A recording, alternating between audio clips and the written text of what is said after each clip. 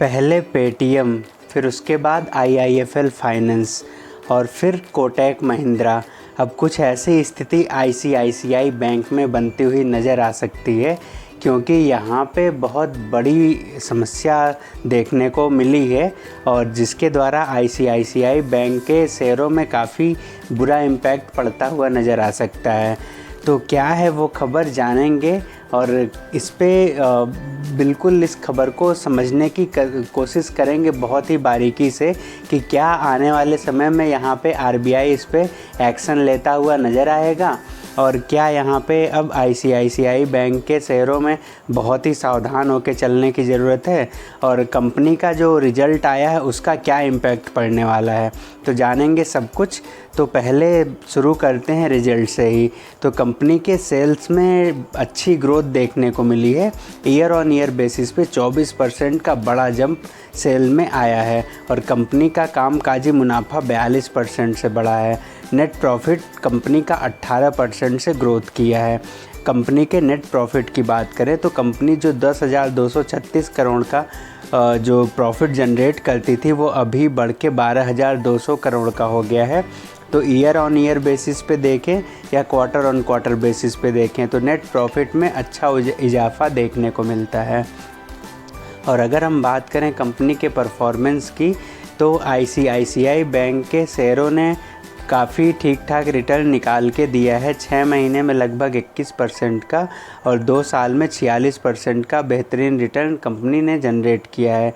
यहाँ पे share holding pattern में जो कंपनी में एफआईआईज की हिस्सेदारी थी वो बढ़ी है 43.65 से बढ़ के 44.77% तक हो गई है। डीआईआईज ने अपने स्टेक को कुछ कम किया है और यहाँ पे गवर्नमेंट का स्टेक 0.28% का है।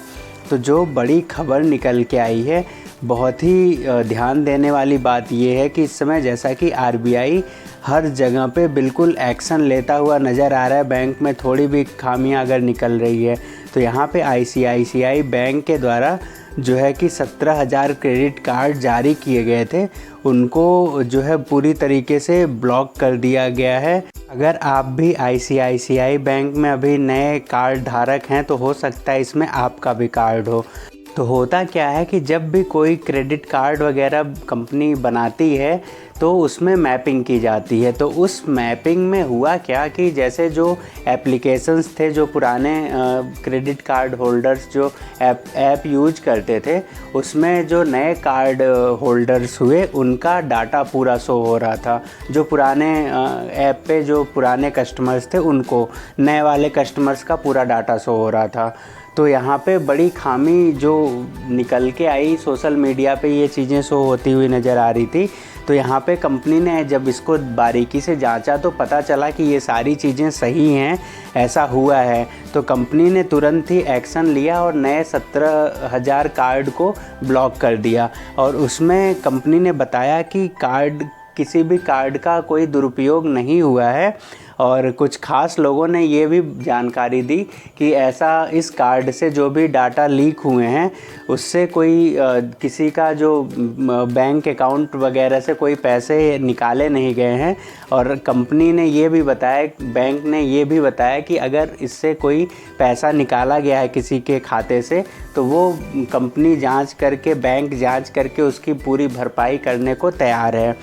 तो ये सारी खबरें आईसीआईसीआई बैंक से निकल के आई कि इनके जो देख रेख के में बहुत ज़्यादा खामियां निकल के आई हैं, जिस पे आईसीआईसीआई बैंक ने बिल्कुल एक्शन तो लिया है, लेकिन यहाँ पे अभी आरबीआई का जो रवैया है, आरबीआई इसको अब गहन तरीके से जांच कर रही है। तो आरबीआई हो सकता है इस पे कोई बड़ा एक्शन ले, क्योंकि ये बहुत बड़ी खामी निकल के आई है आईसीआईसीआई बैंक के ऐप में।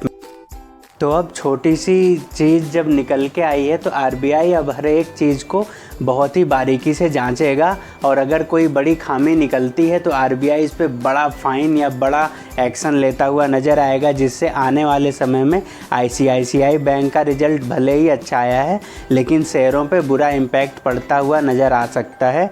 तो इस वजह से अगर आप आईसीआईसीआई बैंक के शेयर होल्डर हैं तो यहाँ पे आपको थोड़ा सा नज़र बना के चलने की ज़रूरत है, क्योंकि यहाँ पे अब आपको बिल्कुल जो भी आप कदम उठाएं बहुत फूँक के रखें, क्योंकि जिस हिसाब से हमने देखा कोटक महिंद्रा बैंक में डाउनफॉल आया, पेटीएम में बहुत बड़ा डाउनफॉल आया, और उसके बाद IIFL फाइनेंस के शेयरों का क्या हाल हुआ।